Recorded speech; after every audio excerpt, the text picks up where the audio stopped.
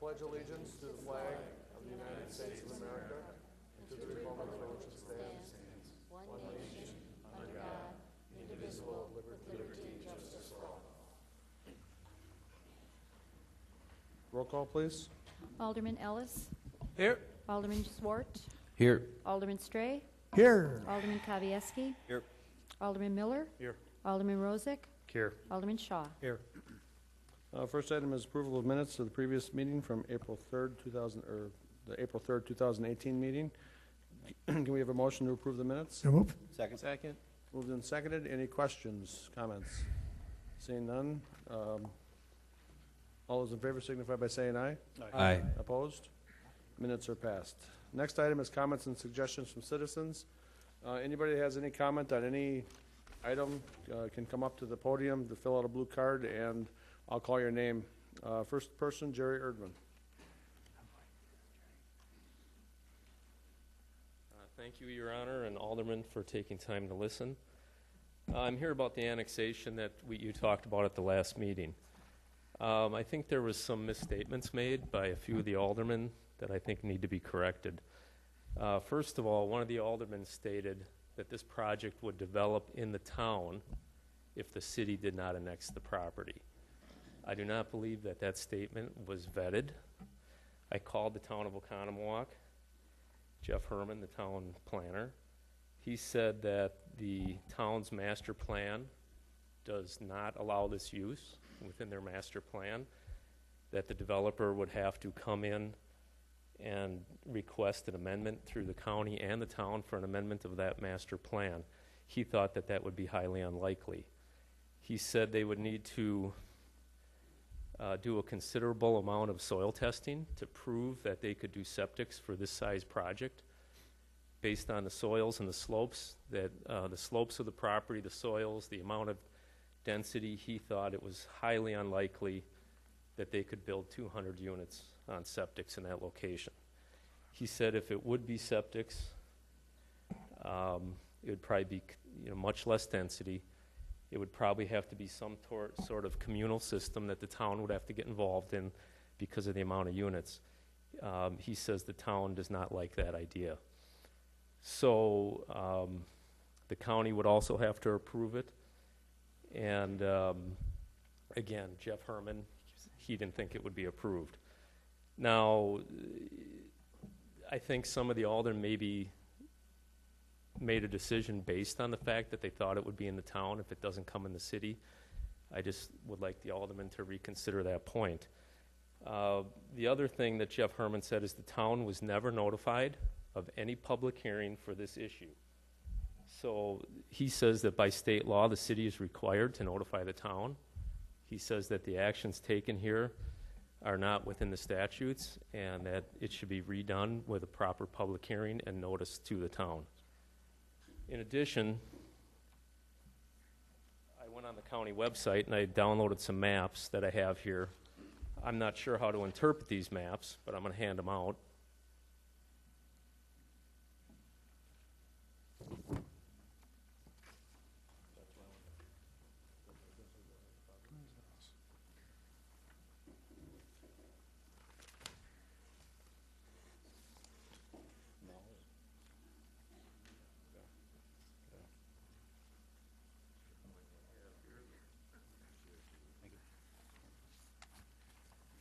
Green area on the first map shows environmental corridor.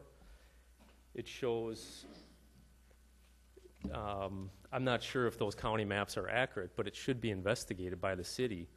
A lot of that area where they're considering building this project is shown as environmental corridor on that map.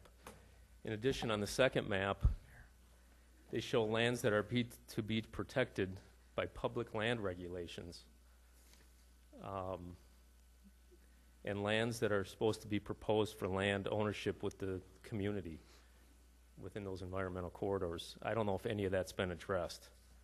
In addition to this, the city in the past, if you're going to annex a piece of property for annexation that's owned by one property owner, you don't piecemeal one little chunk of it and leave everything else unplanned and in the town. The property owner should come in with a comprehensive plan. Is there environmental issues? Is there parkland dedication issues? Is there public interest issues? What about slopes? What about master planning the site? That is not being done in this annexation. Simultaneously with all this, the city is looking to sell the old YMCA property, as you know, and I've been involved in that process. The soils there was soil testing done. As you know, there was 15 feet of peat on half of that land. The condo project that was proposed did not make economic sense based on the soils. We came back in asking for apartments. The city said no. The city then said they would be open to the idea of senior housing. At the same time we're doing our project, the city welcomes a nonprofit to annex into the city. Now, if the nonprofit was coming to land already zoned in the city, that would be a different issue. If you're asking a nonprofit to come in and compete against the land that you're trying to sell to a private developer, the nonprofit will pay, through this pilot, approximately $500 per unit to the city in property tax, or it's not really tax, but it's a payment in lieu of taxes. They pay no county tax, no school tax, no state or federal income tax. Meanwhile, the private developer needs to pay about $1,600 per unit in taxes, plus federal and state income taxes. The private developer would put the entire property on the tax rolls. The city would receive the dollars for the sale of the property, all the tax revenues, utility revenues, any connection fees. The nonprofit, they can come in and overcapacitize the market. The market study is showing that putting 200 units on the market simultaneously with 80 units is going to overcapacitize the market. A nonprofit can afford to overcapacitize, operate a loss for 2-3 years, and then slowly ramp up. As a private developer trying to buy land from the city, a private developer has to pay a return to his investors. If I go back to the investors and say, hey, there's going to be this project competing against us now, the market absorption rate is going to take 3 to 4 years for 280 units between their project and ours. We're competing against a nonprofit that has economic advantages to us. I personally don't see how I could invest my money in it, and a lot of the investors are nervous about this. It just doesn't seem like the timing is right for both of these projects simultaneous. So, for these reasons, I think the city should reconsider this annexation. At the minimum, have the developer, I have no problem with the developer that's proposing this. They are a good developer. It just doesn't seem to be the right project at the right time. The land is not being properly planned with consideration of the entire parcel, and I think it should go back to staff and be reconsidered, and at the minimum, have it properly noticed to the neighboring township. Thank you. I'd like to have the city attorney address the issue you had with the public notice. With all due respect to Mr. Herman, this is an annexation under 660217 with stats, and there is no public hearing that's provided for under the statute. I don't know what he was talking about with you, but that's just not in the statute. Okay, he just said the town was not notified, and that it's required that they are notified. I can't speak to whether or not they were served with a copy of the petition. I assume they were, but that would be up to the petitioner to do, not the city. So if there's some problem with what they did, I'm unaware of it, but we haven't been involved in double checking their process. So The public hearing would be if there was the next step would be the zoning change and things like that, not the annexation. All right, thank you. I just wanted to clarify that so people don't get the wrong impression. right. Lynn Stull?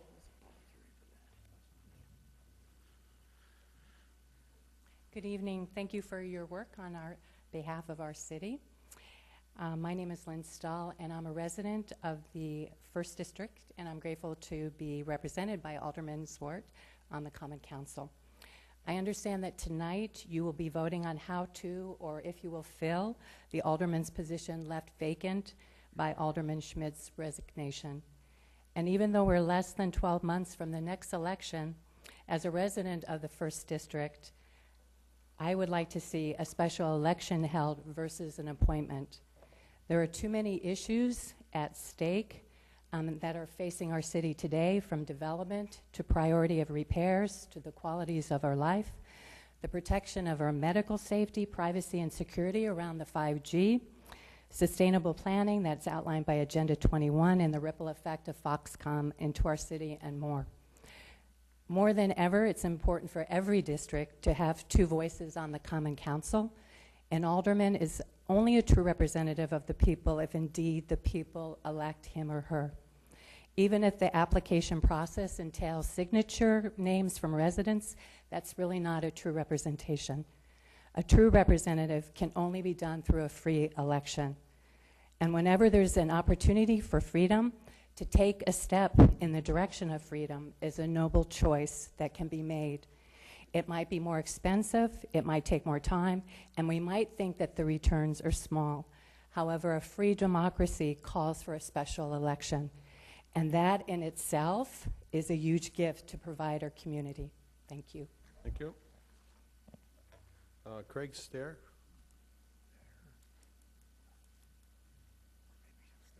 Thanks, Your Honor. I wanted to express my support for the annexation of the property on Lisbon Road. My name is Craig Stair. I'm an attorney. I was born and raised in Oconomowoc, went to Oconomowoc Senior High School. I returned about a year ago after most of my career spent in Europe and the Middle East, primarily to support my parents. I've got two sets of parents, father and a stepmother, mother and a stepfather, that are right now in the process of going through the difficult decisions about senior living. I know, in fact, over the last several weeks, I've been looking at places around the area, and the one thing that I've recognized is, for someone like me, 50 years old, looking after your parents and realizing that they need some help, I would like to see more choice. I mean, there's some good choices at the moment that are already there. I think we need more. We need more in the way of what the services are to be offered.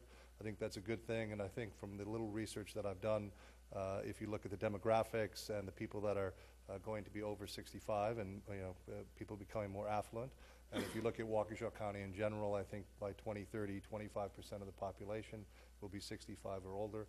I think all of these are a good thing. I think the things that I've seen since I've been back for the last year going on in Oconomowoc and the surrounding area, which is a lot of development going on, I think there's a lot of good things happening in the economy. As a citizen, I'd like to see those things continue, and that's why I wanted to come here and voice my support for the annexation. Thank you. Thank you. Floss Whalen. I have one thing on the card, but I'd like to speak to two issues, having heard Jerry. I think the most important item on the agenda tonight is the Utility Committee resolution. As you know, having read the background material in the resolution, the Tag Lane Dairy CAFO is applying for another 5-year permit. Only this time they're talking about increasing the number of dairy cattle on that CAFO. They already have something like 2,200. By 2020, they would have something like 3,500 dairy cattle. That blows my mind, having grown up on a Wisconsin dairy farm.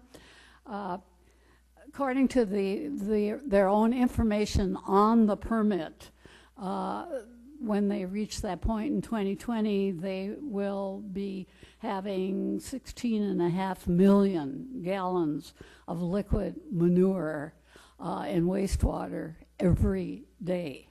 As I said, I grew up on a farm. We didn't always call it manure, but that's a lot of manure, plus 26.5 tons of solids.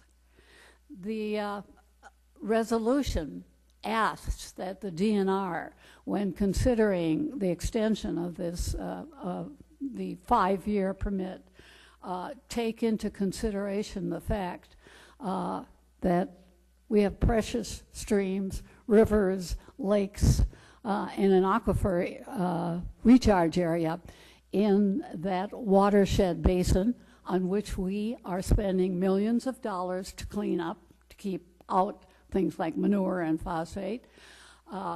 and on which we are spending even more in terms of time and effort. As you know, it's a great project. I'm very proud of it, and I talk to people about it all the time because it's the right way to go. But this is just directly in contradiction to it. I can't imagine that any of you are not going to vote for that resolution. But I'd like you to take one step further, and that is not only to make sure it's communicated to the DNR, but to send it also to the policymakers, namely Governor Walker, State Senator Fitzgerald, State Representative Clayfish, with a cover letter signed, if you would, by Mayor Nold, indicating how very crucial this is to the city of Oconomowoc. Not only for the watershed, but to our water supply, because remember, that's the aquifer recharge area. That's, you know, this is just too important just to do the one resolution. You need to come at it from every possible angle, and that's what I'm urging you to do. I didn't put it on the card, but when Jerry Erdman came up here, I thought I would speak in support of what Jerry's saying, because quite frankly, I don't think the city is doing right by him. I went home from that last meeting and said to my husband, who probably doesn't listen to me anyway, I can't imagine that they're going to build that kind of a complex on wells and septic systems. They would not have done that in 1976 to 1992, way back when I served. That just would not have been done. We would have known that's not the kind of complex that doesn't need city sewer and city water. So I think that, you know, that is not a realistic approach to it at all. It bothers me that I'm bothered by all the tax-exempt property to begin with, and that's not your fault. Those are federal and state rules. But there are lots of things that are tax-exempt that ought not to be. I, too, have checked out senior housing because my husband and I are getting to that point where if something happens to one of us, the other of us is going to need different housing. That's pure and simple. The nonprofit tax-exempt housing for seniors is not any less expensive than the for-profit. Now, that doesn't make any sense to me because I thought the original reason for tax exempt was because they served people that weren't being served by the regular market. I know that you're negotiating a pilot. I had never heard it called that. It was a payment in lieu of taxes. That's the way we always talked about it. It bothers me, too, that you have only negotiated for the city taxes. The argument that it doesn't send any kids to schools and therefore they shouldn't have to pay school taxes is an argument I reject. Jerry's property is not going to generate any school kids either, but he's going to pay a school tax. So he's immediately at another disadvantage in this situation. And I also dismiss the argument that those of us who do not send children to school do not benefit from schools. I say that to my peers all the time who say, we're old, we shouldn't be paying property taxes, we don't have kids in school. I always say, who the heck do you think paid for your education? And where do you think your doctors came from? And all the people who serve you, they're educated people because they've been educated by taxpayers.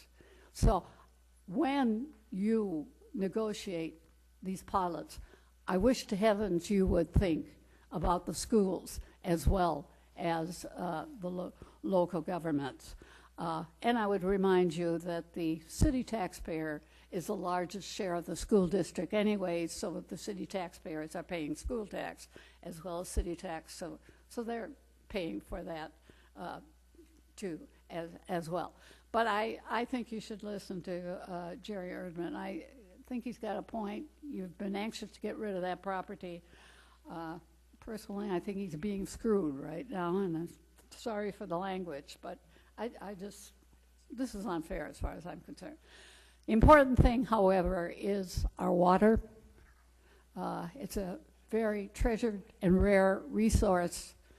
I don't understand the logic of putting it at risk to produce a product of which there's already a surplus on the market. Doesn't make any sense to me at all. Thank you. Thank you. Are there any other comments? You want to come up and just give us your name? Just your name and address, and she'll write it down. Hi, my name is Brad Griswold. I'm a resident of Exonia, Wisconsin, and I am the son of the owner of Tag Lane Dairy Farms. My address is North 8812 River Valley Road, Exonia, Wisconsin, 53036. I guess I'm here today to kind of just give you my input of where we're at as a dairy farm, and kind of just clarify any questions you have about what we have going on at our farm. So we're applying for our renewal permit. Every 5 years we apply for a new one. Farms that have over 999 animal units are required to have these permits, and we are one of those farms. So we applied for this permit almost 2 years ago, and the DNR never brought it to the table to move forward with filling it out. It happens commonly that the DNR just kind of pushes it off and then eventually brings it up. And so now they brought it to the table, and we're filling it out and finishing it and going to attain our permit. And so our first big expansion, we became a CAFO back in 2008 and 2009. And then we did another expansion last summer. So the statistics that are on this current permit are of things that we already have on our dairy farm. We got permission to do these builds and everything. So the 16 million gallon lagoon, we have that already installed. It's not, at the moment, we don't have any plans to expand. We're pretty full right now. I mean, our animal units are linked directly to what we have currently at the facility. We did an expansion this past summer. We added onto our big freestall barn, our parlor, our manure lagoon, and we put up a heifer barn also. And we paid taxes on all those, building permits and everything. I guess right now, yeah, we're in a dairy crisis. There's a lot of farms that are going under. You can read a lot of articles about it. About 500 farms went out of business in 2017 alone, and I'm a family dairy farm. I'm a fourth-generation dairy farmer. I went to school in Oconomowoc here. I went to Madison for 4 years and majored in dairy science with a business certificate. And then I came back home to our family farm. And I just stand here and want you to consider, we're applying for this permit, and we're up to code. And everyone has different issues with us, whether it's traffic, water quality, and we do our very best to, get along with our neighbors and, do what is best for the community and make sure that what we are doing, the decisions are fact-based and not going to hurt the environment. All of our fields get tested for nutrient requirements, and we never over-apply manure. We only apply the manure that the plants that we grow on there can uptake. So we may be in a larger watershed, and we are a larger dairy farm for this part of the state. But a lot of dairy farms are going out of business right now. And, we just did a big expansion, and the milk prices are really bad. And we're bunkering down and pulling through. And I just, these statistics, like a 16 million gallon lagoon, that's our storage capacity. We never have that much on us. Usually we do a big haul in the spring and a big haul in the fall. And we like to do the majority of our hauling in the fall. It's when the soil, we have drier conditions, and we don't haul in the winter months. We have a strict, and dairy farms don't have to apply to these CAFO rules. And so there's 2 months out of the year, 3 months out of the year, I don't know the exact dates, that we don't spread manure because it's known that we have more runoff. So we don't spread manure in that time, and we don't spread manure when we know it's going to rain. Water quality is a big issue, a big concern for people, and I understand that. Our local neighbors have tested their wells to try to find us at fault, and there's been no pathogens, no bacteria, nothing that's came up on those tests. And we have these nutrient management plans to abide by, and we pay engineers and crop specialists to help us come to the point of this is what the plant needs to grow, and we never overuse that. And so I just wanted to state that, you know, we're a family dairy farm. My dad's dad purchased the farm. He used to farm in Waukesha. The only reason he left Waukesha is because the population moved him out. The town kept growing, and I just hope we're not at that point yet, because I really do enjoy what I do, and I've only been home a year, and there's nothing better than waking up and working with your grandparents and your dad and your uncle. It's really a blessing, and so I just want you to take that into consideration when you think about moving forward. Thank you. Great, thank you. Do we have any other comments?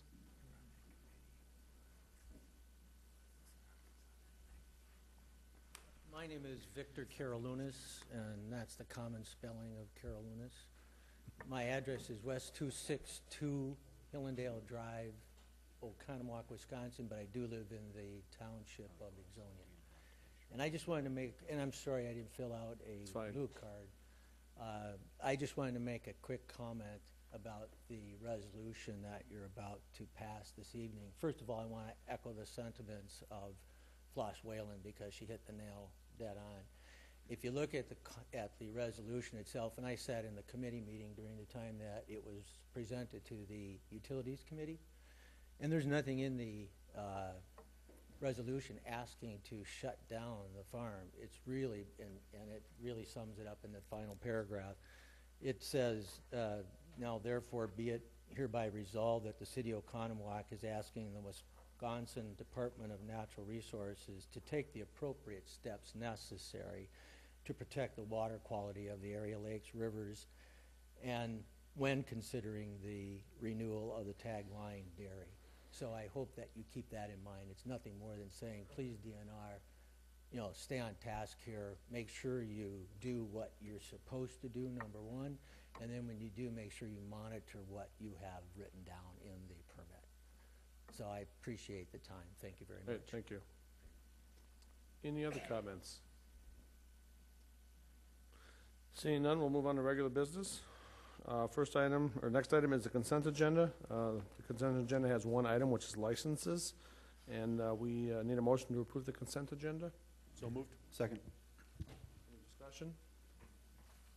Seeing none, motion and second. Call the roll, please. Alderman Ellis. Aye. Alderman Zwart. Aye. Alderman Stray. Aye. Alderman Kavieski. Aye. Alderman Miller. Aye. Alderman Rozak. Aye. Alderman Shaw. Aye. Okay, next item is under Public Services Committee. The first item is consider or act on a resolution awarding contract for the Northeast Region County Trunk Highway P/Wayland Drive intersection project. And we need a motion to approve the resolution. So moved. Second. Mark, you're going to give us an update? Yes, thank you, Mayor. Excuse me. The item before you tonight is for the construction of a new intersection up on County Trunk Highway P and Wayland Drive, which we started construction last year as part of our Northeast Region project. On the east side of the intersection is Snyder Lane, so it'll give you an idea where the intersection is going to go. The intersection was bid out. It includes traffic signals and designated turn lanes on County Trunk Highway P. 2 bids were received, and we're recommending the low bid of Payne and Dolan at $632,420. That cost is part of the cost share that we have with the other entities on the north end that we were working with, so the city's portion is just under $100,000 of that. Okay, thank you, Mark. Matt? Mark, this is what we expected for the amount?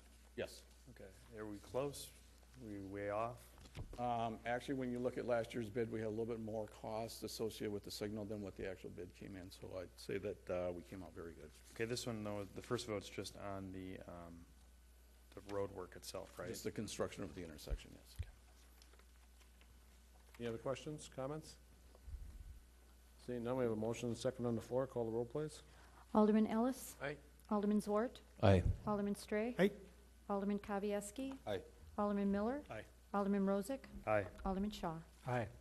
Okay, next, we have a consider or act on a resolution approving the two-party traffic signal maintenance agreement between the Waukesha County Department of Public Works and the City of Oconomowoc for the County Highway P Wayland Drive intersection project. We need a motion to approve the resolution. So moved. Second. Moved and seconded.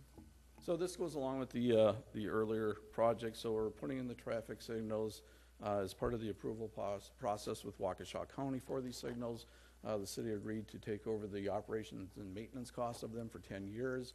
As noted in here, it walks through what each responsibility is between Waukesha County and the city.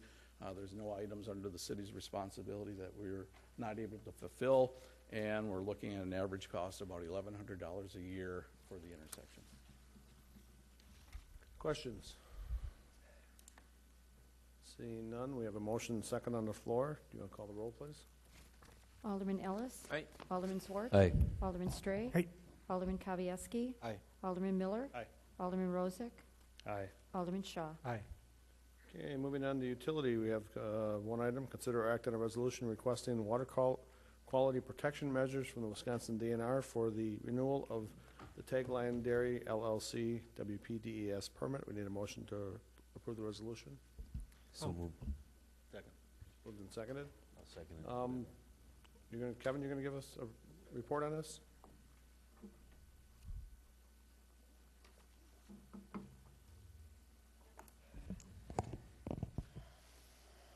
I think you have to get to the front of it.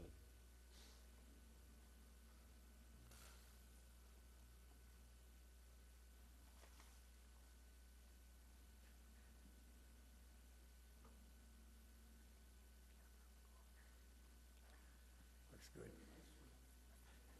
There it is. Oh, there. Good. It's on, Good. Mark. You're a machine.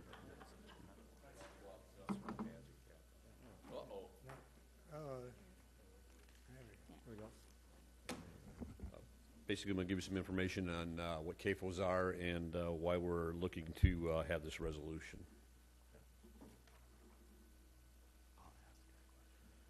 Basically, CAFOs, like I earlier mentioned, are concentrated animal feed operations. It has to do with the number of animals. Anything over 1,000 animal units is what is part of the CAFO establishment.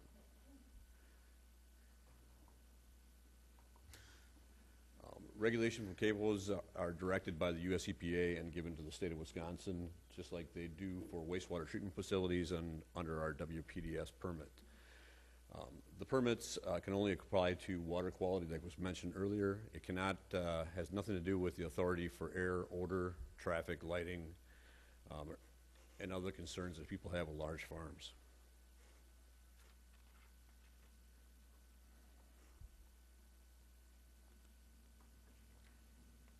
As mentioned earlier, the current herd size, according to the permit renewal, was 2,028 animal units. Of that, 1,290 were milk cows, 470 heifers, 350 calves. They're looking to increase it, according to the permit, to 3,578, with 2,254 milk cows, 469 heifers, and 350 calves, which was already mentioned that they've already done. You guys know what the manure amounts were prior to the prior comments that were made. Non-point source pollution is basically part of the agricultural section. It also has to do with stormwater. The biggest problem with stormwater and agriculture non-point is the bacteria and nutrients that can get into the groundwater.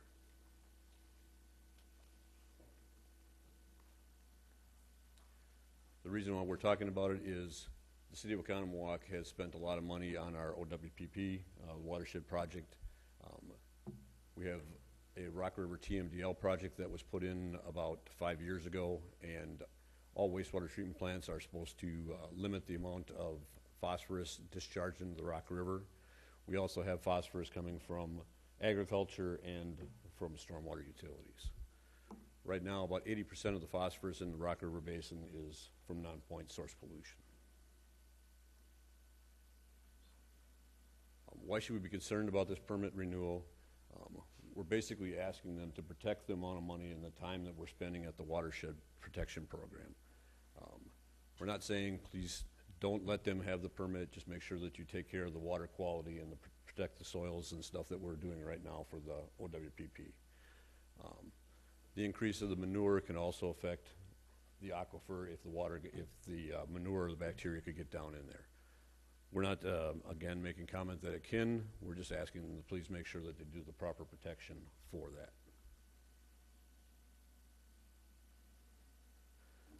The red circle with the dot in the middle is basically where the in Ixonia that the Tagline Dairy is.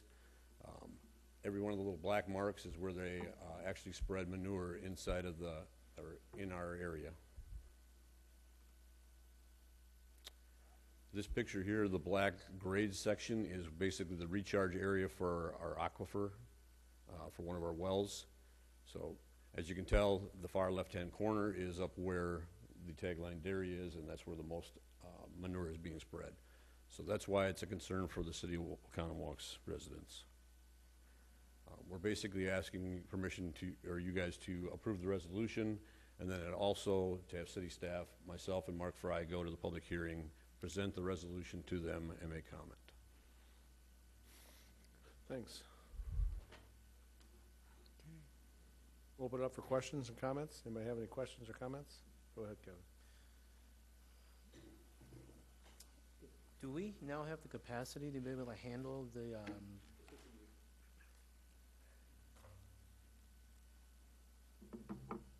do we now have the capacity to be able to handle the, assuming this passes, it may not pass, the sewage which we'd be receiving? We would not be receiving anything from the Tagline Dairy. That is manure, and it does not come to the wastewater treatment plant. It's spread on the soils, and that can go into the aquifer or back into the river, which is an issue. It doesn't come directly to us, but it can affect us by seeping into the ground and getting into the water supply. It We're recharges spending the all the money aquifer, on the watershed and program. I understand. and that's the issue. Go ahead, Stan. I'm also the attorney for the town of Ixonia, and there's a lot of interest in this thing. But you need to know from a regulatory standpoint that this is an issue that is regulated by the state and not by a local municipality. And it causes a lot of angst for everyone. You really don't have the authority to say no, nor does the town of Ixonia have the authority to say no. But what is being urged here is to take as much action as you can to make sure that the folks that are regulating this do everything they can to make sure it's protective of the public health, safety, and welfare. And that's really what it's about tonight. Charlie? Yeah, all this resolution really is asking, it's asking the DNR to take the appropriate steps necessary to protect the water quality and to take appropriate steps to protect the recharge area. Right. That's what it's And doing. that's what it was intended Yep. for, yeah. Matt? So I do have some concerns with the way the resolution reads. I'm cognizant of the fact we have this phosphate program in the wastewater management area. However, I think what I'd like to know is what are you guys going to say to the DNR board at the permitting process? I mean, we're kind of giving you guys carte blanche to go there and just say, please protect, don't grant the permit. I mean, what are we giving you We authority won't be to asking say? them not to grant the permit. You will be asking them We not will to. not be. What are you going to ask them to We're do? just basically ask them to, exactly what the resolution says, please take and make sure you take appropriate action to protect the water bodies, rivers and lakes in the area, and the recharge of our aquifer. We won't be making any comment as far as please do not do anything with their permit. Okay, because I don't want these folks' business to be ruined by the city of Oconomowoc taking the position they can't have their cows. We're not Okay. making that statement. Okay, well, that's good. A couple other questions I had. As part of the CAFO permitting process, they're required to prove to the DNR and the state that they're complying, correct? That they're doing appropriate nutrient management, that they're not affecting the water supply, right? They are required to have a nutrient management plan, correct. And as part of the permit process, they have to present to the DNR if they're affecting anything in the watershed. Isn't that true? Yes. Yeah. So I guess, why do we have to do anything if that's already part of what the state is doing? I mean, they know that we have a watershed program going, right? Yes, they do. Yeah. Well, I shouldn't say this branch of the DNR might not. True.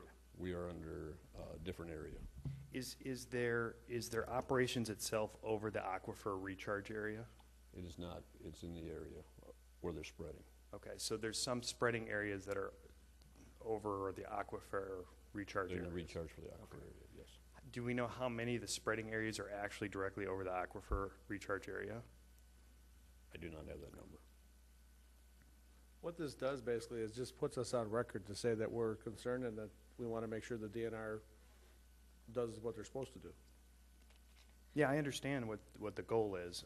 I don't want there to be a mission creep, though, where we pass a resolution and that's why I asked the question. You know, I don't want us to show up as a city. I'm not going to vote for something where we show up as a city to nix this. Everyone needs cows, everyone needs milk and meat and everything like that, but it's always funny how it's always not in my backyard. You know, just like wind power, too. Everyone wants wind power, but the folks at Martha's Vineyard and all the liberals there didn't want the windmills in the ocean affecting their views. So, you know, I think sometimes this stuff is interesting how it plays out. I do think we should protect our water system, but if the entire lagoon is not over the aquifer recharge area, why do we care if there's a little bit of spreading? How does that affect the aquifer recharge? Well, if the manure could get into, make it down there, if it got in through one of the wells, private wells in the area, or if it,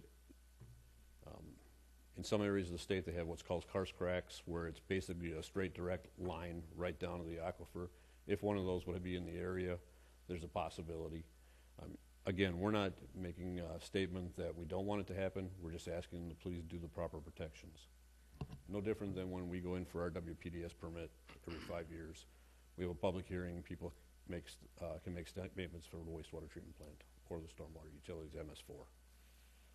When the lagoon operates, is that like an evaporation lagoon then? Do they just let the... Nope, it's basically they take the manure off of the animal areas. It's stored there until they're ready to spread it on the fields. Gotcha. So it does. So what I'm saying is the liquids evaporate off the lagoon and then they pull the manure out and spread the manure, the solids. I would imagine there's some evaporation, but for most part, it's just spreading. All Okay. spread. How is the lagoon? Do you know if the lagoon has was like a rubber membrane or what is it? How's it?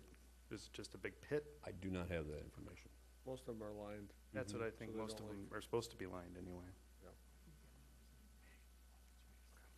Thank you. I like the resolution. It doesn't get in the way of their approval. As our city attorney said, we don't have the authority to make that kind of suggestion.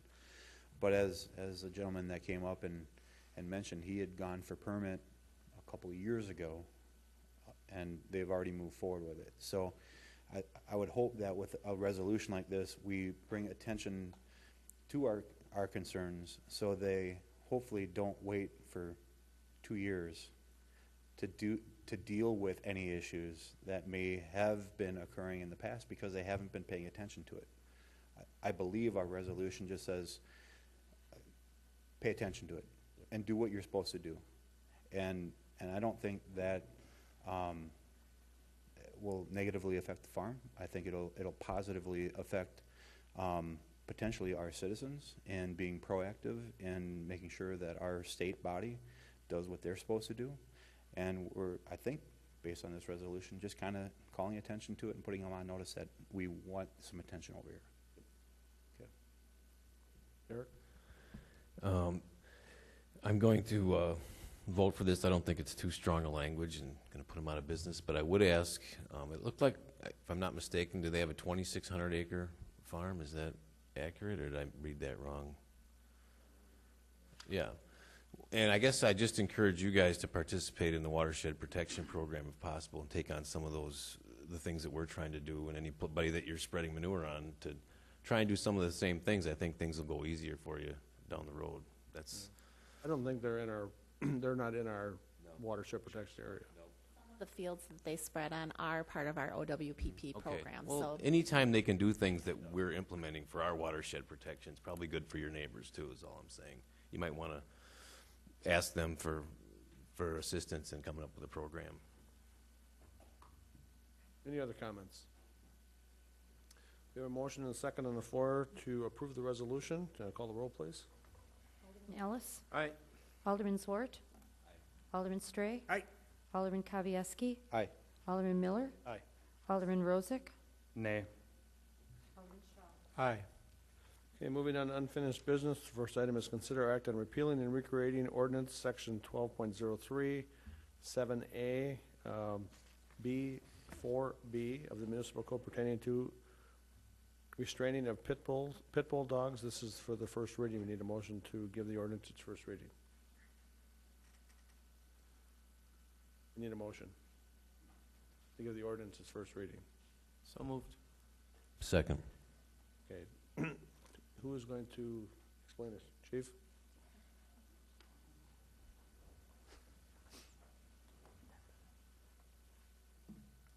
For your consideration and action today is the repealing and recreating section of City Ordinance 12.03 as it applies to pit bulls.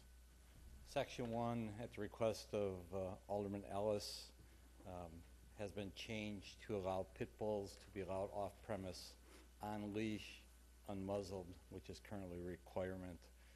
And then Section 2 gives law enforcement the authority, if they investigate an incident involving a pit bull, to invoke the muzzling provision of the ordinance. Section 2 also allows the owner of that pit bull to appeal the law enforcement officer's determination to the Common Council. Thank you, Chief. Board enough for comments and questions? Do they have anything they would like to say about this? Go ahead, Matt. If you're going to keep looking around, I guess. Well, I just figured someone wanted to say something. I appreciate our efforts on this one, Chief. I know we went to the committee a couple times. I'm actually going to vote against this. Sorry, Kevin. This is just one I don't know. The one very few things that Jeff and I always agreed. This was one Jeff and I agreed on right before he resigned. I think protection rules are important. Pit bulls are a little bit different.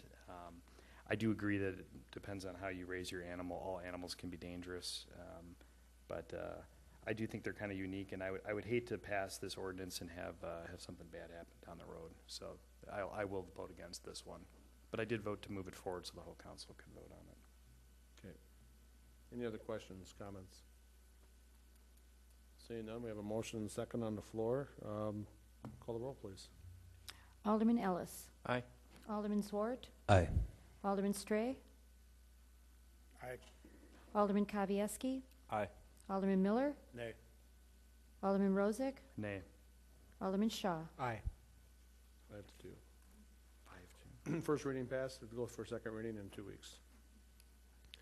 Next item is consider act on ordinance to amend the planned development, PD 9-06, for Village Crossing 2 condominiums located at the southwest corner of Valley Road and Village Lane. This is to give the ordinance its second reading by title only. Move to give the ordinance its second reading by title only. Second. Any comments or concerns or questions?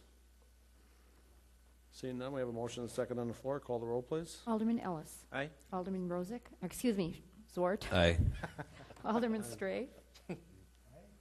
Alderman Kavieski. Aye. Alderman Miller. Alderman Rozak. Alderman Rozak here. Aye. Alderman Shaw. Okay, moving on. Next item is consider act on ordinance annexing territory located at North 55, West 36909 Lisbon Road, the Mercer property, from the town of Oconomowoc to the city of Oconomowoc. This is for its second reading by title only. We need a motion and a second. So moved. Second. Any comments or concerns or questions? Alderman Ellis. I've stated this on a number of occasions, and I will continually state this because I think it's important that people realize Oconomowoc in itself is right now populated, what, 16,000 people? Yeah. Plus or minus? 17. 17? Okay. When you have too much of one industry in a town of a small population as of this, whereas we really shouldn't care on what businesses do come in, at the end of the day, it does have an effect on us as a city. If you recall back in 2008, when we went through the recession as we did, we lost a lot of businesses. And the downtown looked like a ghost town. Now imagine, or not really imagine, but we have 16,000 people, and we have businesses on top of businesses on top of businesses that are all the same. What happens here is those businesses end up killing each other off, and nobody profits from it. So you do get to a point where you just got to say, enough is enough is enough, until you get to the point where we have enough of a population to be able to substantiate the building that we have going on. So I'm just going to leave it at that. Lou? There were several points that were brought up by comment. I'd like to address a couple of them. One of them is unfair competition based on a nonprofit to a profit, based on the and potential ability to sit on a non-full development for a period of time. I think in the last conversation we had, we identified that the population that would utilize this type of development is not stagnant or declining. It is increasing and will continue to increase for the foreseeable future with an absorption rate, a potential absorption rate as identified by Mr. Erdman of 2 to 3 years. You know, 2 to 3 years from now is basically tomorrow. It is not that far out.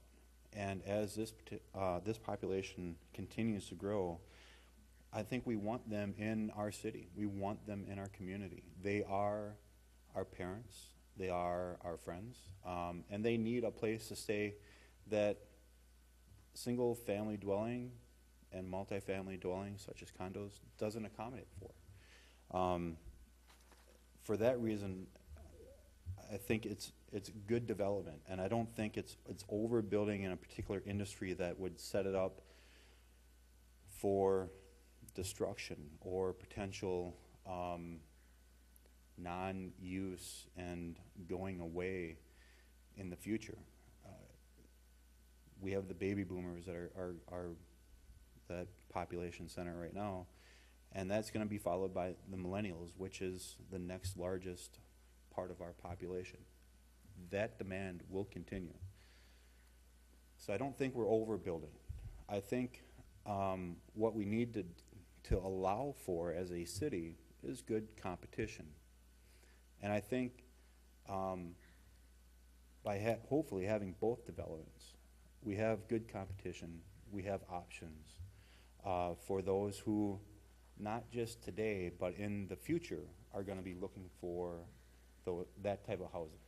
And I'm for this resolution, or for this action, and I'm not for it because I'm against your development. I want to see both survive, and if I thought that by passing this that would be detrimental to your development, I would think twice about it. But I really don't feel that with the comments I made, we're gonna go down that road. The other thing is a city versus town. Whether the town would allow for that or the city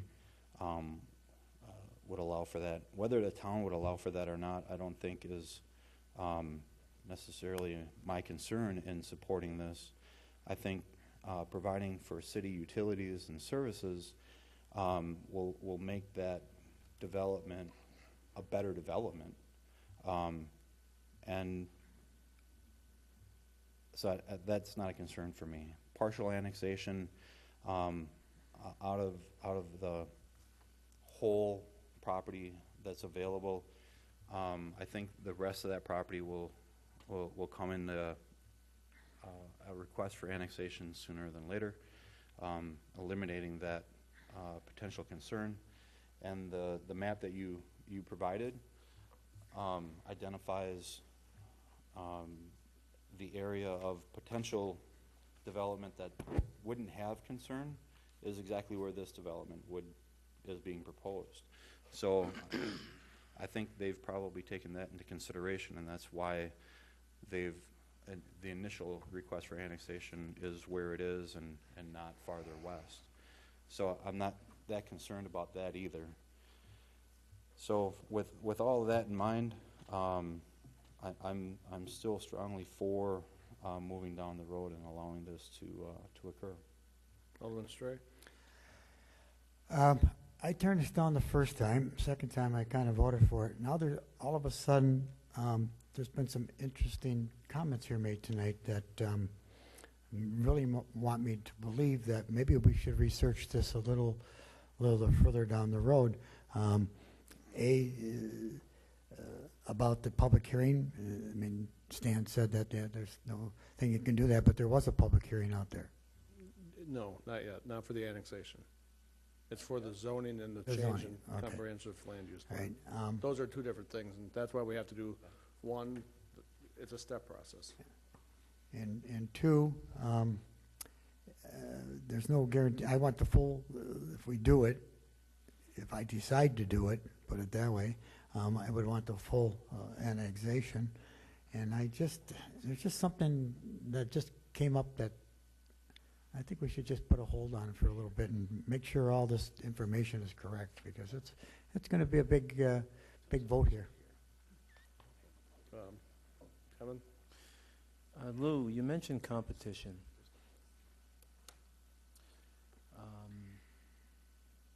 Let me see if I can put it to you this way.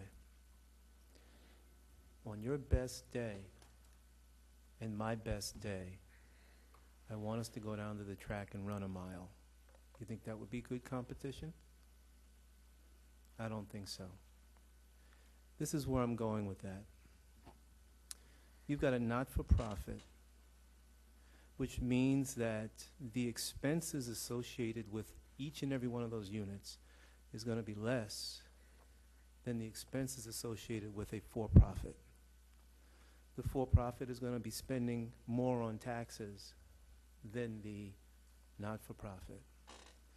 That's not equal and good competition. That concerns me. It concerns me an awful lot. So I just want to go ahead and just I understand your point, and you make good, valid points. But if you're going to go ahead and you compare apples to apples, in this case, you can't do that. That's like comparing the YMCA with Parker's Place. You can't even say them in the same sentence.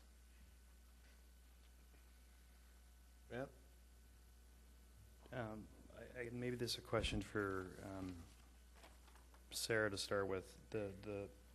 Mr. Erdman mentioned during comments about unfair competition in his project. Has his project been built or approved? No, they're in the process of doing their due diligence on developing their project. Have they bought the land yet from the city? They have not closed on it. Okay. That will be done after due diligence, Okay. if that gets to that point.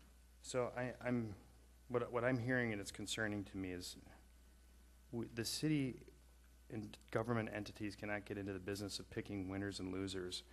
Some of the comments we had was about tax exempt status and negotiating schools, county, state taxes, et cetera, et cetera. Those are things we can't change.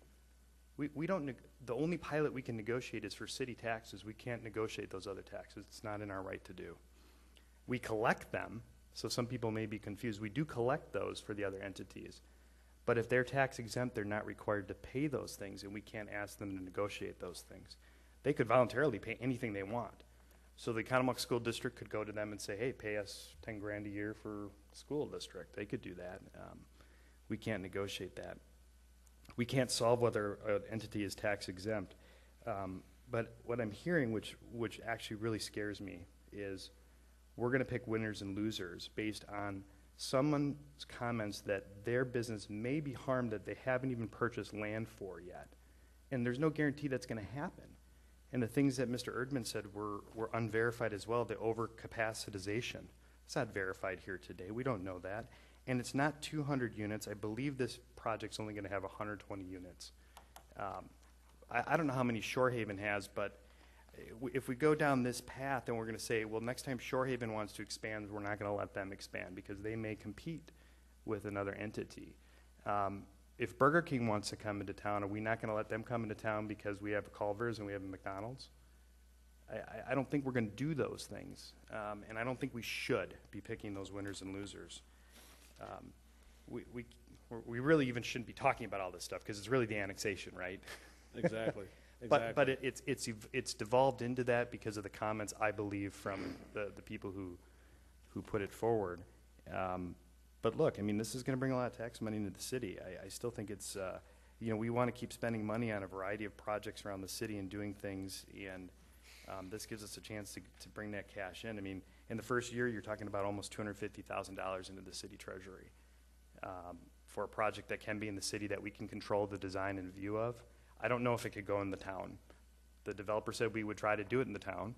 Okay, I mean, I got to take them at face value. I don't know how it's going to perk out or how deep their wells are going to go. But certainly if it's in the city, we can control the architectural look and how it's going to function within the city. We can only negotiate what we can negotiate. We can only control what we can control. And boy, it's really not our job to say, well, there might be too much competition. That's on Mr. Erdman, that's on Shorehaven, that's on those folks to figure out. If they think there's going to be too much competition, they can go somewhere else. And so can Presbyterian Homes. They obviously don't think there is, and that's a risk and a gamble for them and that nonprofit as well. If there's not enough people to fill those rooms, that's on them too. So I'm concerned that the direction we're taking on this. I'm going to vote for it. Mike? Yeah, I agree with you, Matt. I think competition is good. The better competition is better for the consumer, which in turn is better for all of us. So I was puzzled with this, and I know with Jerry's situation, but I'm supportive of this 100%. Charlie? Matt, I agree with you. We don't choose the winners and losers either. I certainly agree with that. But I've been opposed to this annexation right from the start just because it's kind of an island parcel out there, not really connected to the city other than by a diagonal point. And that's why I am still against this annexation. I think there's other areas in the city that are underdeveloped, and the project could go there where it's already in the city. We don't need to annex this in to do that. Okay. Derek? I really like this project. I'm kind of, I guess I'm a little taken back that it sounds like some people are changing their minds on this, but I guess we're all entitled. One thing is that we did plan on having some development out there because I think we ran sewer and water out there. Yeah. And we'd like to collect our special assessment of in excess of $100,000 for that. So, 63. How much is it? 163,000, and we'll just sweep that under the rug if we don't do anything out there ever. It was brought up that when we did the RFP for the YMCA site, did we require it to be assisted living center? No. We went out for proposals. And people had different proposals different based on the use. ideas. So that's not the only thing that can go there if it's decided that. Well, there weren't a whole lot of responses that were acceptable to us. Okay, but what I'm saying is we did not require the assisted living center. But we wouldn't allow certain things. Right. Anyway, I just think it's a good use for that area, and I don't have a problem with it. I think competition is good. I said that last time, and I agree with a lot of Matt's comments. Very good. There's been a lot of talk about the competition, and Alderman Ellis gave an example of he and I racing around a track. I'll put my money on you, Lou. If I trip him and beat him silly in the beginning, I might have a shot. A lot of money, but Right. Right. And to that example, I'm definitely at a disadvantage. However, we're talking about in your mind, and I'm addressing that specifically because I'd really love to see the support continue with this project. These two entities are competing not based on market rate, because they're both looking for market rate. We're not looking at a nonprofit coming in at a substantially lower fee, I believe. They're going to compete based on service, quality of service, and their establishment. I think we're getting a little off We're subject going here. a little way off, subject but here. that particular example weighs, I think, in Alderman Ellis's mind in regards to how he's going to vote on that. I mean, okay. So I just want, I want to leave it at, I believe they're on level playing fields for the purposes of evaluating if this moves forward or not for the annexation. Okay. If it was a nonprofit and it was developed within certain parameters of the city, it'd still be the same thing. Right. You know, so the competition still would be, in your mind, unfair. But it still would be a nonprofit versus a for-profit. So, one thing I wanted to bring up, and the city attorney informed me of this a little earlier. Currently, we have 7 elected officials. So with 7 elected officials, we still need a supermajority, but that number now is 5, not 6. Because before, when it was 8 with 1 missing, we still had 8 elected officials, but now we don't have 8 elected officials. So now we only have 7, so we need 5 votes to pass this. Correct? That's right. That is correct. Just wanted to let everybody know that before the vote happened. Without objection? Sure. My name's Steve DeClean. I'm with Newman Developments, and there were a lot of really good Yeah, questions. let's get through all the different things that we need to talk about. So I just kind of wanted to hit as far as the environmental corridor goes, we are way past that point. I mean, the engineers have looked at it. This is all off the slopes. It's not in an environmental corridor. I wanted to clarify with the taxes. It's really going to depend. The amount of taxes paid are going to depend on what the assessor assigns the value to the building. I would expect that this facility per room will be quite a bit more than the other facilities in town. I can't guarantee that, but understand. High quality, ton of amenities, ton of common areas. I mean, if the average unit assessed value is $150,000 to $200,000, I mean, that's going to be $900 to $1,200 per unit. So I don't think it's going to be as much difference, just because I think the assessed value of each room is going to be higher. So I kind of want to, sure, that's the way that math is going to run. We did talk to our engineer about the soils and about the water, and it is serviceable by wells and by sanitary, and that's definitely not the best way to do this property, given that there is a huge assessment out there that should be paid, and this thing should be on municipal services. But we did check with our engineers on that. We have not checked with the town at all. We didn't even talk to them about this project being there. But we did want to make sure that we could do it that way if we needed to. And then lastly, I just wanted to touch on this market study, and I just want to say, as a guy with aging parents, and I'm aging myself, I just think it's a really high quality facility, and if you give me a choice of where I would want to go when I no longer can be at home, this is the kind of facility I would want to be in. It's just a great backdrop for it, and I like the whole town center. So I do think a piece of this is, it's just, not only is it paying on a pilot rather than taxes, but it's a really tough competitor because it's a really good facility, and I hope you guys support it. Thank you. Thanks. Okay. Any other questions or comments? So we have a motion and a second on the floor. Go ahead, Kevin.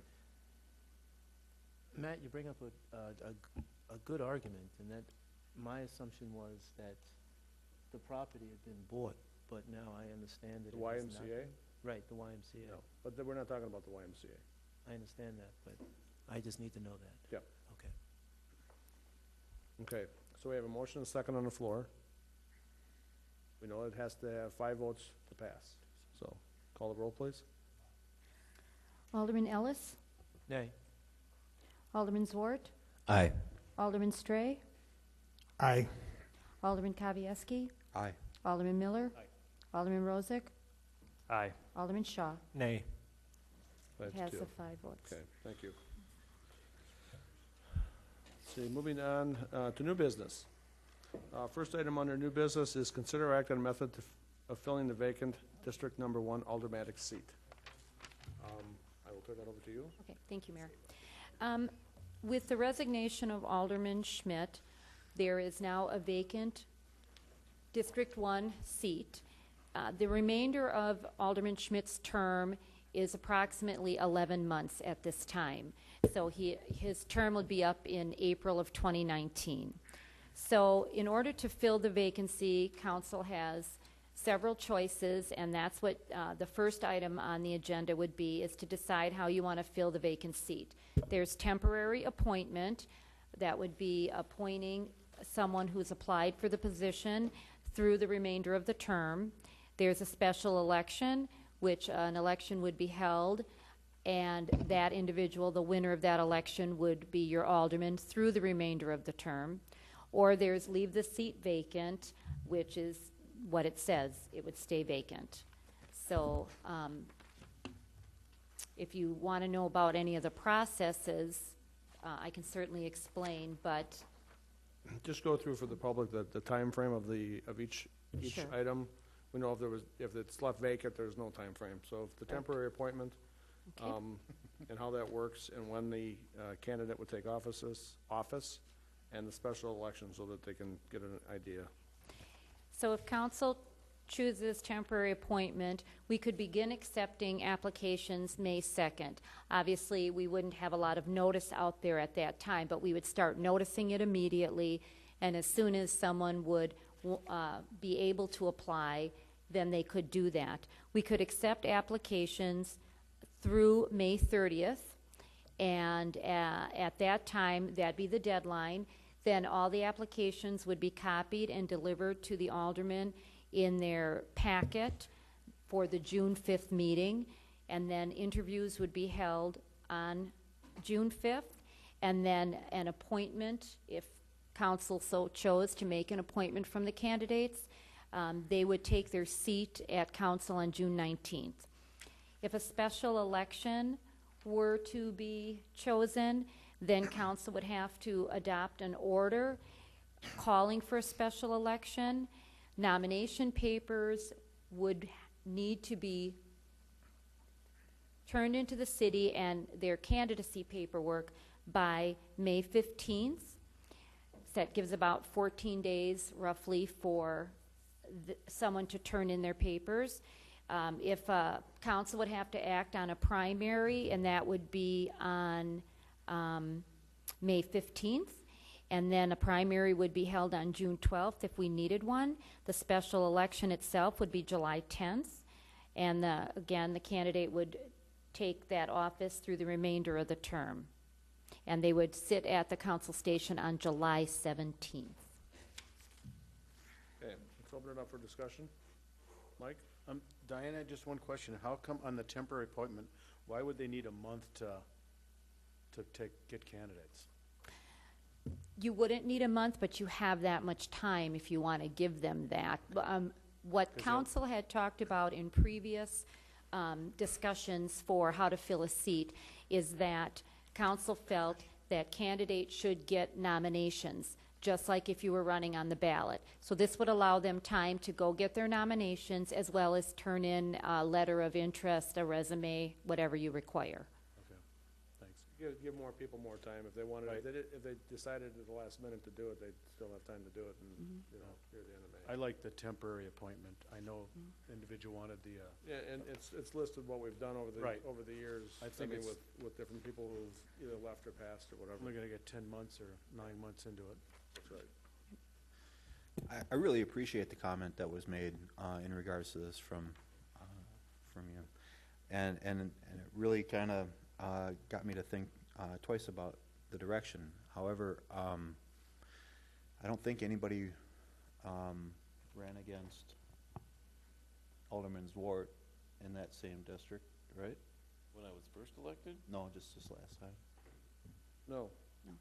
So I don't know what kind of interest is out there, I guess is what I'm saying, They to just do knew they a couldn't special They just knew election. they couldn't beat him, so they didn't want to. Well, yeah, you know.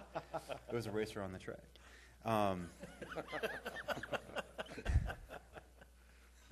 So I do like the appointment process, and I don't think we'll be jeopardizing our freedoms for an elected body. I think the process allows for those who are interested to step forward for consideration. I understand that it's not the equivalent of having the entire district vote for that person, but there are representatives from the city as a whole who would have to approve that appointment through that process. And I think that's a good representation of what you're looking to accomplish. We'll work this way. Go ahead, sounds good. Derek? I'm a big fan of the special election. I think we should always hold elections when there's open seats, unless there's only a few days left until we can put nomination papers in again. Because I think it's part of the process. For me, getting elected, I went out and knocked on doors and got to meet the people. It's part of the process to get yourself elected. And being appointed is a whole different ballgame, in my opinion. And that I'm going to vote for a special election, and I won't waver on that. Okay. We'll start with Kevin. Oh, thank you. Well, you're right here, so I think. I'm also in favor of a special election. I think there's just something to say about that. When you go and you knock on the doors and people want to know your ideas, and you actually kind of think about, do I really want to do this? There's a responsibility at that point in time instead of the other way. So I'm absolutely in favor of a special election. Charlie? Yeah, I would agree. I think, Derek, you said it very well, and I thoroughly agree with you that, yes, we should be holding a special election for this. Matt? Yeah, we seem every year or two to have to go through this for mayor or an alderman seat or someone. I'm thinking we should hold a special There election. were several aldermen who all wanted to be mayor too, sitting next to me. But yeah, I'm in favor of the special election.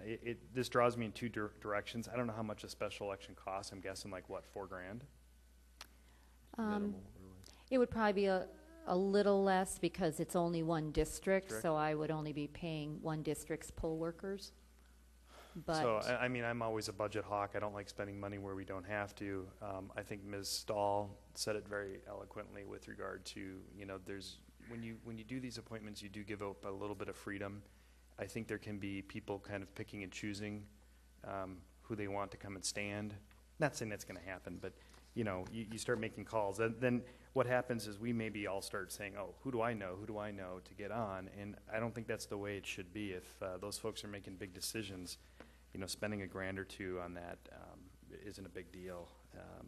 So I'm in favor of the special election. I think we should go there. I think we should try to stay there.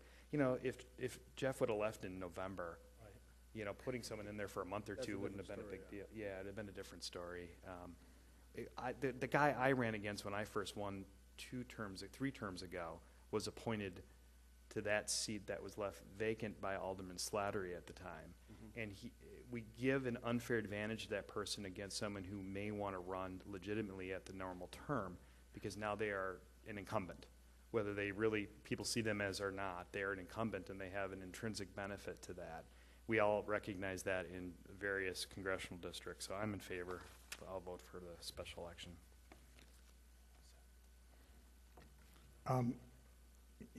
It's probably 2 meetings difference between a candidate and a temporary appointment. It's one meeting. One? Because we Well, don't it have, says we don't have a meeting, 17th. we don't have a meeting July 3rd. Never mind, 1 meeting. So, yeah, for me, it's a toss-up on this deal here, because, I kind of got blindsided last week 2 weeks ago when he decides to quit and, up to some big-time votes. That's an unfair, it's a necessity. I should bring it back, see if we can get a recount. But, I fought for the Constitution, so we're going for the election. I have three comments, really. I think it needs to, and I agree with the fact, if it's appointment or election, but someone needs to be in place as soon as possible, because it isn't fair for the first district. Again, with what Alderman Stray says, with the number of votes and things like that, it's important. My concern is that a July 10th election is going to have minimal turnout. Yep. So you're going to have someone appointed or elected by a very, very small 200 votes. Oh, you'll be lucky to get 200 votes total. So, I mean, that's what's going to be a problem, is that it's going to be very, very low turnout in the middle of the summer. So. Go ahead. It'll be more than 7, though. It probably will be more than 7. Right. But it will be, it won't be a whole lot different than if that person was appointed, because it will be the person that goes out and tells all of his friends to vote, or her friends. I appreciate the comments, and with this comes the incumbent statement for next election, and whether it's 7 votes or 200, I'd rather see 150 votes determine that ability for that person to say incumbent on their sign. So I'm going to go for the special election. I'm good with that. One more comment, being incumbent does not always give you an advantage, because you do have a record that you're running on. So you may have opponents that have information about what you've done, so it is a record. So It didn't help that. it can be a positive, can be a negative. So, any more comments? So I guess what we need to do is, we have 3 items on here. We have 3 options. We have leave vacant, temporary appointment, or special election. Is there one that we want to eliminate? Be vacant.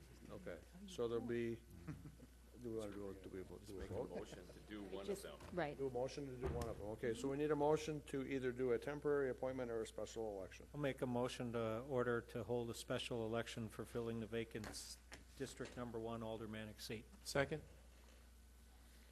Okay, I got a question. Does that take us right to item C, because that's consider act on order? Yes.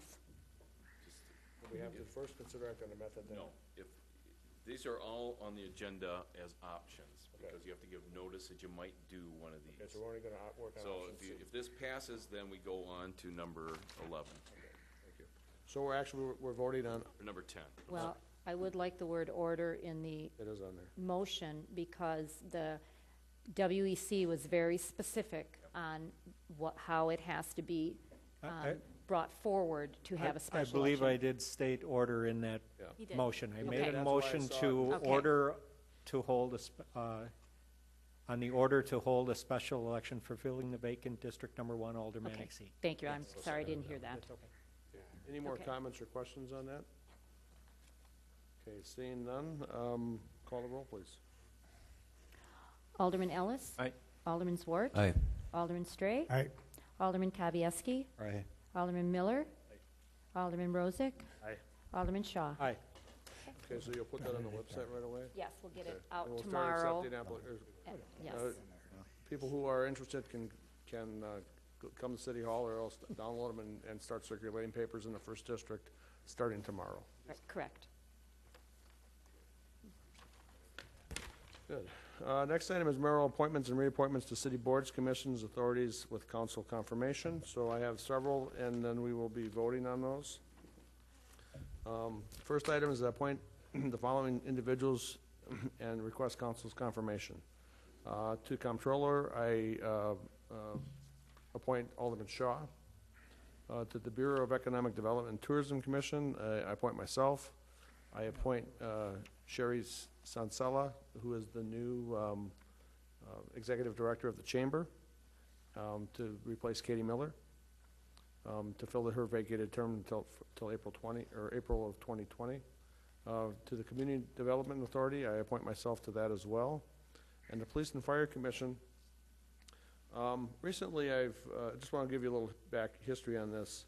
I got a call from Colonel Schumacher a while back, and he has decided that it was time for him to step down from the Fire and Police Commission. I just wanted to give you a little history of his service to the community. Back in December of 1998, Ken Warzen, who was on the Fire and Police Commission, resigned.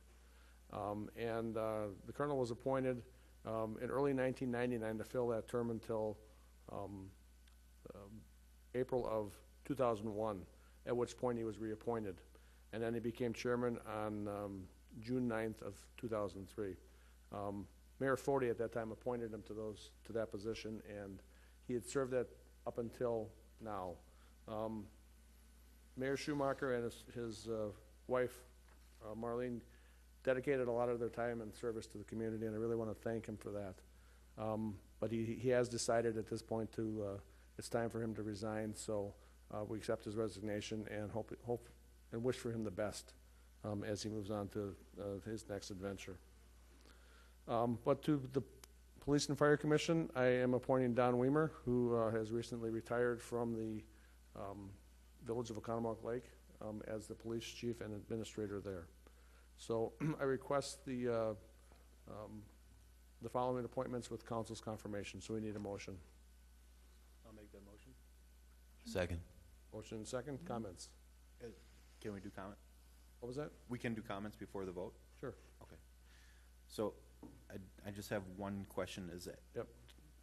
With, Don Weimer, is he a city resident, does he Yes, have he to? is. Yes, he is. Okay, Yes. Okay. He lives up on the, by the hospital. okay.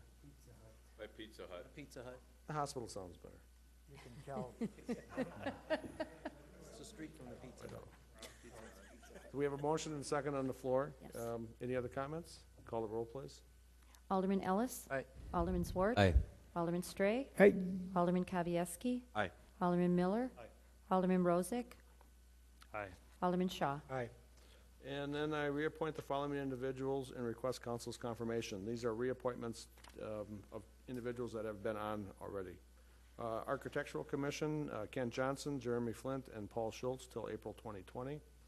The Board of Review is Karen Springob and Leslie Kleba till April of 2023. Bureau of Economic Development and Tourism, Hillary DeVries till April of 2021. Plan Commission, Steve Ritt till April of 2021. Fire and Police Commission, Barbara LeDuc till April of 2023. And the Zoning Board of Appeals, Bob Morgan, who will be an alternate until April of 2020. So we need a motion to approve those. I'll make a motion to Second. confirm these appointments. Second. Moved and seconded. Any questions? Seeing none, call the roll, please. Alderman Ellis. Aye. Alderman Swart. Aye. Alderman Stray. Aye. Alderman Kavieski. Aye. Alderman Miller. Aye. Alderman Rozak. Aye. Alderman Shaw. Aye. Okay, and there will be a few more appointments coming up at the next meeting. Next item is mayoral appointments of city attorney and assistant city attorney with council confirmation. Tonight I'd like to appoint H. Stanley Riffle of the Ernst, Molter, Macy, and Riffle and Larson firm as our city attorney. We need a motion for his approval. Is that still the name of the firm, Stan? No, Municipal Law and Litigation So you Group. gotta change Is that. it at the Universal Municipal Law and Litigation apologize for that. Omnibus? It's, I'll change you guys that. want me to leave so you can really talk about it? No, it's so Mr. much Larson better would be if it's up good. this way. We need a motion. So moved. Second. Okay. Any comments, questions, or concerns? Well, comments or questions? Phil? Seeing none, call the roll, please. Alderman Ellis. Aye. Alderman Swart. Aye. Alderman Stray. Aye. Alderman Kavieski. Aye. Alderman Miller. Aye. Alderman Rozak. Aye. Alderman Shaw. Aye. And to Assistant City Attorney, I'd like to reappoint Jeff Eck of Snyder and Eck, and I request council confirmation. So moved. Second. Any questions? Seeing none, call the roll. Alderman Ellis. Aye. Alderman Zwart. Aye. Alderman Stray. Aye. Alderman Kavieski. Aye. Alderman Miller. Aye. Alderman Rozak. Aye. Alderman Shaw. Aye. Okay, moving on, staff reports. Tonight we have the Clerk Department's annual report update for 2017 and 2018. We would have had Diane do this on April 3rd or whatever night that was, but she was kind of busy with the election.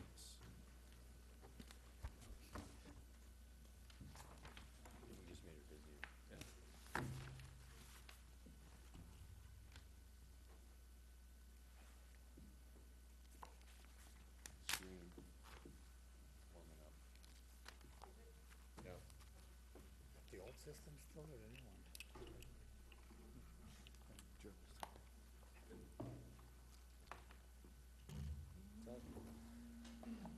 Not? Just go look at it. Walk up there, it'll start. It's the pick mute button. Special touch.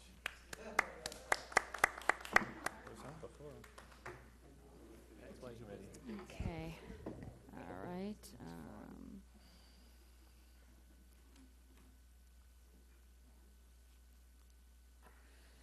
Okay.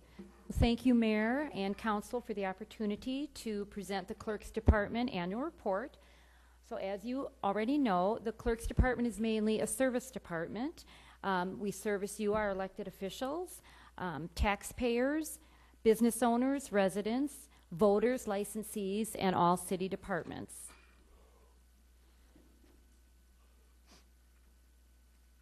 So in 2017, we processed and distributed 331 agendas, 275 sets of minutes, and we attended 275 meetings. And when I saw that number, I didn't think that was correct, but counted it 3 different times. And that's a lot of meetings between the clerk staff. We've also published 159 legal notices.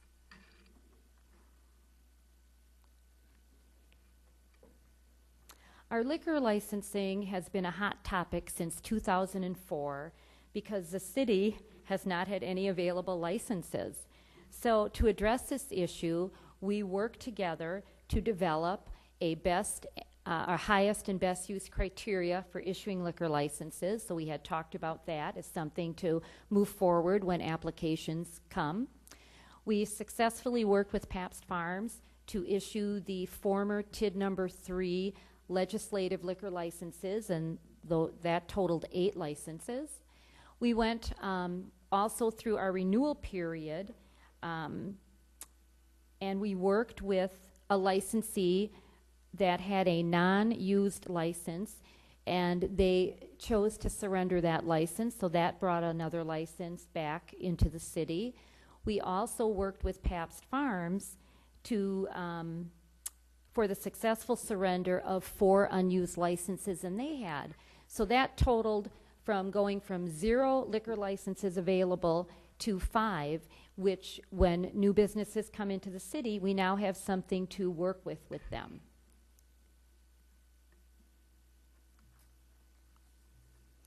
Other licenses we processed and managed through the year were 510, and that mainly was bartenders, but it also was liquor licenses, temporary Class B picnic, and miscellaneous cigarettes, amusements, and such. So it's a lot of licenses that the city does issue. In 2017, we conducted 2 elections. In February and April. We also recruited new poll workers, trained the new poll workers, and as part of that, we adopted a resolution at the end of the year that named those poll workers for the next 2 years. So they've made a commitment for that. We also began the process in 2017 to relocate our District 2 polling place from the fire station to the community center. And we took on a major undertaking when we purged our election files. They were not just our registered files, but all our election files. A full purge had not happened since 2004, so we were able to do this with the help of our summer intern.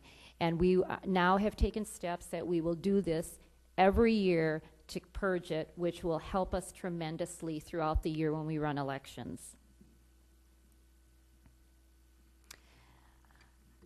Some of our accomplishments in 2017, we've added new meetings. We've added the Western Lakes Fire District meeting, and we've added the Bureau of Economic Development and Tourism Commission. We had started putting agenda packets out on the city website in 2016, and we finished that project in 2017 with the council agenda being the last packet to be put out on the website. We've also started sending Outlook meeting invites to council and department heads for all the meetings that you need to be in attendance for. So that helps everyone stay on task, if you will, not forget about something. Also, the department has started taking all documents that need recording to Waukesha County Register of Deeds, any easements, deeds, and there's many other documents that we take down there. And so make sure we have all our records correct. Some interesting facts you may not know. Board of Review commissioners and clerk staff must get recertified every 2 years, so we have to attend a certified training course. Also, our election inspectors, that's our chief inspectors as well as poll workers and clerk staff, must be recertified every 2 years for election to be able to work at elections. And that, again, is a training session that we need to attend.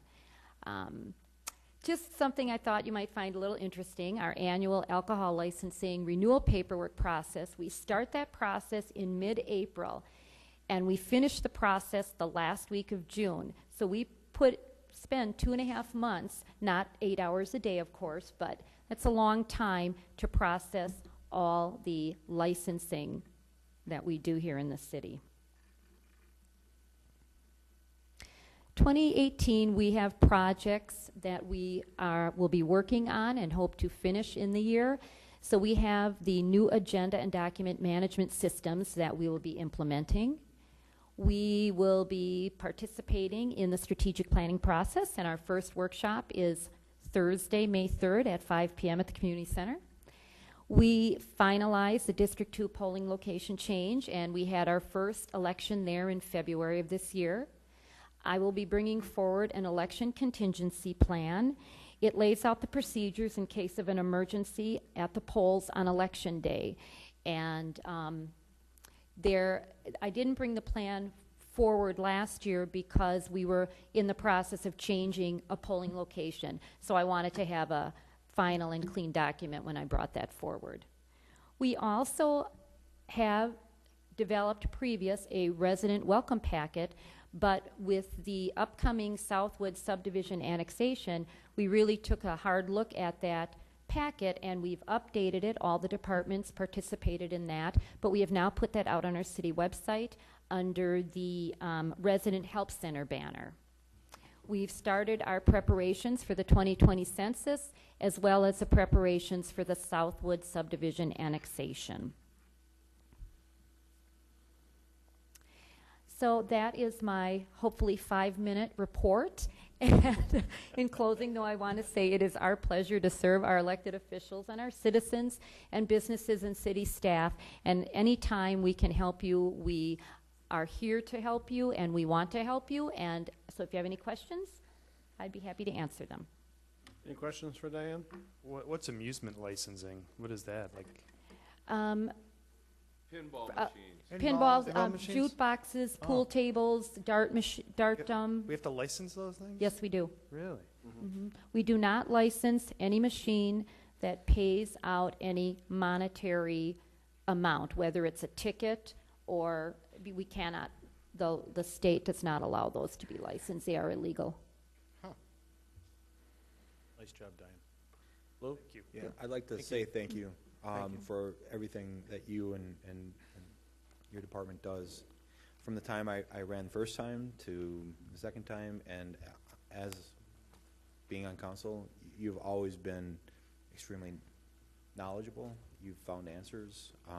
You go out of your way to make sure that we get what we need. So thank you very much. Thank you.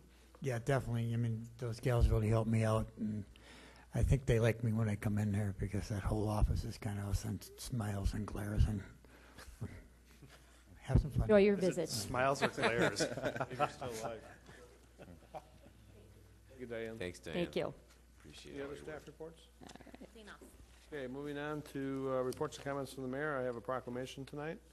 The first proclamation, or the proclamation is, whereas treatment and care of persons with intellectual disabilities has been a special project for assistance by the Wisconsin State Council Knights of Columbus, and whereas since 1974, state and local councils of the Knights of Columbus have conducted an annual fundraiser in the communities of Wisconsin with proceeds of the endeavor donated to not-for-profit agencies serving persons with intellectual disabilities. And whereas the Knights of Columbus Council, number 2487 of the City of Oconomowoc, will be joining the other Knights of Columbus councils in the state by conducting a local fund drive for this worthwhile cause. Now, therefore, I, David Nold, Mayor of the City of Oconomowoc, do hereby proclaim May 11th through May 13th, 2018 to be Knights of Columbus Days to aid persons with intellectual disabilities, and urge all citizens to take cognizance of the special events arranged for this time. Other items here. I just want to announce that due to the fact that the first July meeting is July 3rd, which a lot of people take for holiday, and I don't believe attendance would be too well, and I don't want to have any issues come up on that meeting. We are going to cancel the July 3rd meeting and just have one on July 17th. And I do also want to remind everybody, on the council specifically, that we do have that strategic planning meeting on Thursday at the community center between 5 and 9. And hopefully you could, yes, this Thursday. And hopefully everybody can attend, and hopefully everybody did return their surveys so we can have accurate information. Reports and comments from Alderman. Matt? I just have two real brief ones. It was noted in our beginning of our packet, but Cowabunga Comics has moved down the street, and their grand opening is Saturday, I learned. So I would encourage anyone to come. With Avengers Infinity Wars out there, you know, if you need an Iron Man t-shirt or something, I bet you can get it there. Another thing that's a little bit more, something I've kind of had on my radar for a while, I have spoke to Jason about this, but I wanted to put it on the public record with regard to comments. There's a massive pile of rocks and a pit that has been left undeveloped in the Pabst Farms area next to Starbucks for years. I don't know any other developer in any other city that would be allowed to maintain a pit like that for probably close to a decade. So I think these two areas that are within our city limits need to be addressed. And I encourage city staff, and again, I've already talked to Jason about it. We've been working on it for a while with them, but it's something that I wanted to put on the record that needs to be addressed. One's a nuisance, one is an eyesore. So I believe the parking lot next to Starbucks is going to be redone by July. Well, that's been that's what in we've, writing now. Yeah, that's in writing now. That is Excellent. good. I mean, that's something I've been working with Jason on for a couple of years, trying to get something done there. The other one I just brought to his attention today, which is at the corner of our subdivision, a massive pile of rocks that are, I believe, the haunt of coyotes and other feral beasts. Beast? Yeah. I would have preferred to have a development where that parking lot is, but Yeah, I guess agree. we take But what we can but to get. clean it up, I mean, it's an entry to the city right Yes. now. Lou? I'd just like to say thank you to all those that you've reappointed to serve our community. It takes a lot of time, effort, and desire to make our community a better place, and there's not a lot of gratitude associated with that. So I'd like to make sure they know that it's appreciated. Good. Any other comments? Hey, Matt, do they have any Crusher t-shirts up here, you think? They probably will. Crusher, I yeah. encourage you to get out there. Oh, yeah. Any other comments? Seeing none, we need a motion to adjourn. So moved. Second. Favor? Aye. We're adjourned.